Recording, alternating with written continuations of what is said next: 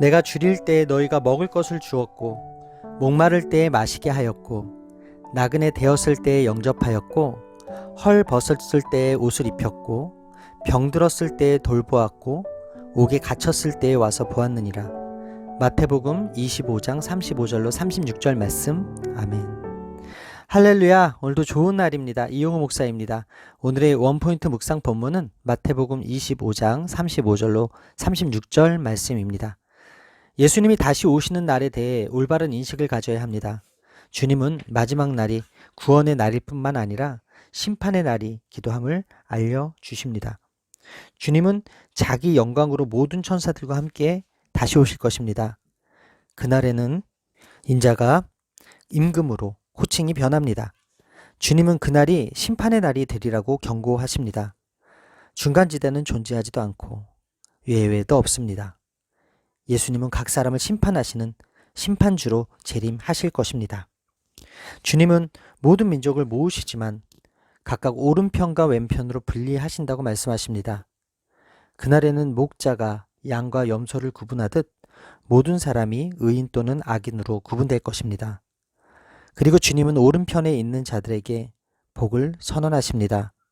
오른편에 위치한 자들을 복받을 자들이라 부르시며 상세로부터 예비된 나라를 상속받으라고 하십니다. 그 이유에 대해 주님은 자신이 지극히 작은 자의 모습으로 궁핍과 어려움을 겪으실 때 그들이 그 필요를 공급했기 때문이라고 말씀하십니다.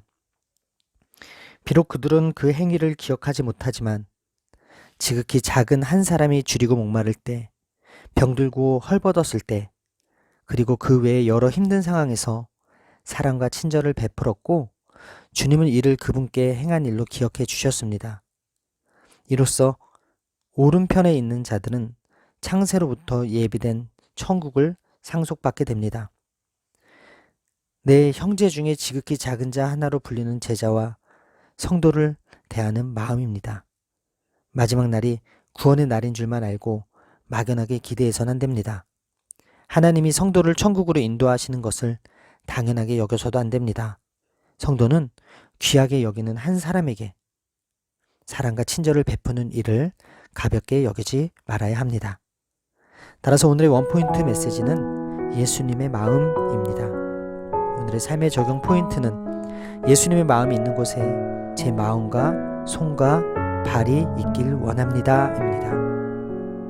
지금은 성도와 불신자가 한 자리에 있지만 마지막 날에는 서로 다른 곳으로 가게 됩니다. 예수님은 산상수훈에서 구제할 때 외식하는 바리새인들처럼 하지 말고 오른손이 하는 것을 왼손이 모르게 하여 내 구제함을 은밀하게 하라. 은밀함 중에 보이시는 너의 아버지께서 갚으시리라 라고 하셨습니다.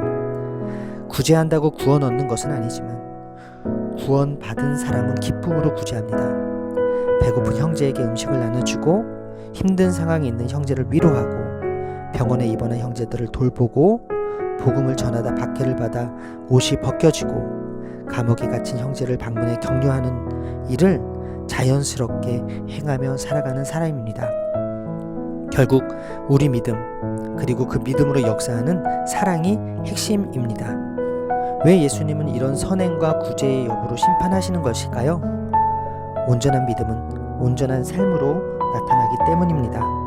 온전한 삶이 없는 것은 그 안에 온전한 믿음이 없기 때문입니다.